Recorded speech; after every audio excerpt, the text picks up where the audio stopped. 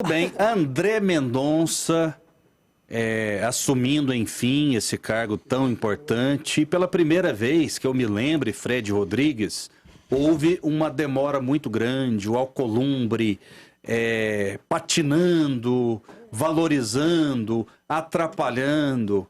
Na sua opinião, houve preconceito por parte do Congresso Nacional?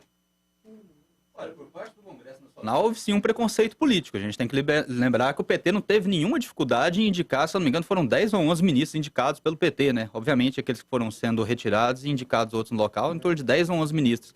E o PT não teve nenhuma dificuldade para aprovar. Não há registro histórico recente, pelo menos no último século, do Senado ter negado alguma indicação de um presidente da República para a vaga no STF. No entanto, agora a gente ficou, né, o Brasil inteiro ficou um pouco receoso se o André Mendonça ia sim ou não ser aprovado, né? Por que isso está acontecendo? Porque que depois de um século de aprovações constantes, a gente sentiu esse medo de um ministro, de uma indicação do presidente da República não ser aprovado. É o fato dele ser evangélico? Porque ontem, inclusive na CNN, nossa, eu vi uma matéria da CNN, uma chamada da CNN, na verdade, pela âncora, de extremo mau gosto, né? Beirando ali o preconceito religioso mesmo, né? Dizendo que o André Mendonça, no seu agradecimento, no seu discurso de agradecimento, teria feito uma pregação. Isso não é posicionamento para uma âncora ter, pelo amor de Deus, você tem que ser imparcial e dar a notícia, né? Você não tem que atacar, principalmente, a religião de mais de 80%, não o evangélico, mas cristãos, a crença de mais de 80% dos brasileiros. Não é assim que funciona, né? E não é assim que você vai conseguir seus objetivos políticos. Eu acho que o Alcolumbre atuou ali de forma política mesmo, né? Ele foi tentar criar um dissabor ao Bolsonaro, porque ele, apesar de ter sido eleito presidente do Senado com o apoio do governo, depois se mostrou uma pessoa que estava disposta a trabalhar contra o governo, justamente para ter acesso aos benefícios políticos que sempre quis, e viu que o Bolsonaro não iria ceder, passou a virar inimigo. E aqui cai mais uma narrativa, Rafael, de que o Bolsonaro se vendeu ao Centrão. Como uma pessoa vendida ao Centrão tem tanta dificuldade para indicar um ministro do STF, que é uma prerrogativa constitucional dele? Então, assim, muita sorte ao André Mendonça. Eu espero que ele faça um mandato, né, digamos assim, um mandato técnico. Ontem mesmo ele falou que no tribunal a referência dele será a Constituição e na vida a referência dele será a Bíblia. Extremamente correto, né? Espero que ele faça um mandato bom, espero que ele comece a retirar esse ativismo judicial que está acontecendo no STF a todo momento, essa parcialidade. A gente vê que hoje em dia quem comanda o Brasil não é o presidente da República, não é nem mesmo o STF, né? São partidecos de esquerda que colocam o STF para despachar seus pedidos e com isso derrubam portarias, derrubam medidas provisórias do presidente da República. Espero então boa sorte para o André Mendonça. Ele está entrando assim numa posição extremamente difícil, vai ser criticado e julgado por qualquer decisão que tome. Mas esse é o preço, eu tenho certeza que ele aceitou pagar. O Fred, seu xará de Goiânia, ele diz o seguinte: vocês não têm vergonha de fazer um programa bolsomínio desse jeito, não?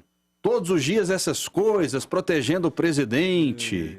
Enfim, aqui nós temos comentaristas de opiniões de todas as vertentes, ideologias. A gente não discrimina ninguém. Todo mundo fala aqui na TV Brasil Central. E você tem a mensagem lida, mesmo nos criticando. Isso é democracia e isso é jornalismo. Pois não, Fred?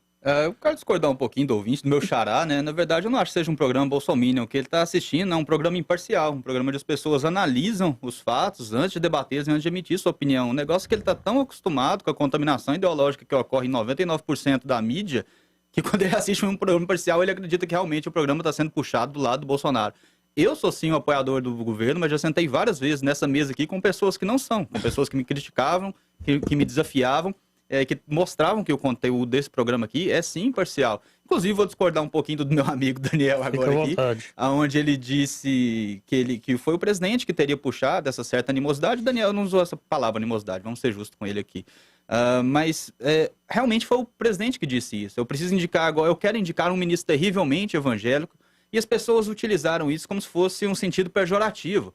Mas espera aí, nós temos ministros de todas as vertentes ali no Supremo Tribunal Federal. Nós temos um ministro que é abertamente progressista, que é progressista nada mais é do que o de pior nas políticas ideológicas de esquerda. Nós temos um ministro abertamente progressista que é o Luiz Roberto Barroso. E ele coloca métodos e termos progressistas nos seus despachos. E ninguém nunca reclamou disso. Então, é um pecado assim tão grande um ministro simplesmente ser evangélico. Ora, desde que ele se atenha, como o Daniel bem disse aqui, a sua fé para lhe dar forças e preze pela Constituição, eu não vejo problema nenhum. Até porque hoje em dia quem desrespeita a Constituição são os ministros que juraram defendê-lo.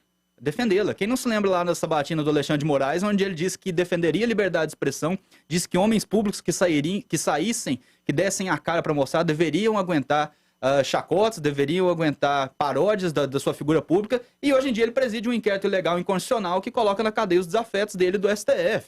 Então, assim, o que a pessoa diz na sabatina não quer dizer muita coisa. Então, eu acho um pouco injusto a forma como foi feita essa perseguição.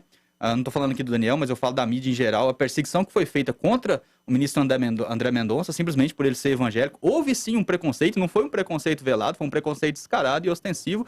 E eu tenho certeza que o trabalho dele, como o Daniel bem disse aqui também, é uma pessoa bem articulada, é uma pessoa que já trabalhou inclusive com o Dias Toffoli, né? Que eu não tenho nenhum apreço pelo Dias Toffoli, mas mostra sim que ele é uma pessoa bem articulada. Então, assim, nesse momento, ficar criticando o André Mendonça pela sua posição evangélica, para mim, é um desfavor não só ao Brasil, mas 80% dos brasileiros que professam a fé cristã. 32017720, o nome é intolerância religiosa. O goleiro Everton sofreu recentemente com isso. Temos que combater esse mal. Ricardo de Trindade. Eu já até fiz um debate, Daniel e Fred. Existe cristofobia no Brasil? Existe, na opinião de vocês? Ou não? Ou é um exagero, já que o país tem 80% de cristãos? E as pessoas têm o direito de criticar também os cristãos. Eu sou cristão, eu não vejo problema nenhum, né, com qualquer tipo de crítica.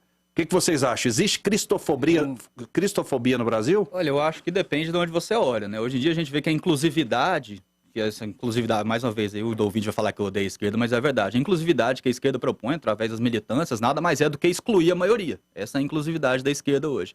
Então, simplesmente dizer que os brasileiros têm a maioria cristã não quer dizer que eles estão protegidos de preconceito, de forma alguma. Se você for olhar nos meios onde a esquerda domina mais, que é meio cultural, acadêmico, midiático, você vai ver sim um certo viés anticristão ali. Isso é inegável. Você vê as novelas da Globo, assim, tá um exemplo hoje em dia, geralmente pintam aquele evangélico ali, eu não sou evangélico, sou católico, mas geralmente pintam aquele evangélico ali como demônio, como uma pessoa que está fazendo... Fazem chacota, né? Então, assim, depende de onde você for olhar. Na população em geral, não. Porque a população realmente tem sua maioria cristã. Mas eu acho que nos meios de comunicação e os meios que detêm o poder da influência, há sim um grande viés anticristão hoje em dia no Brasil.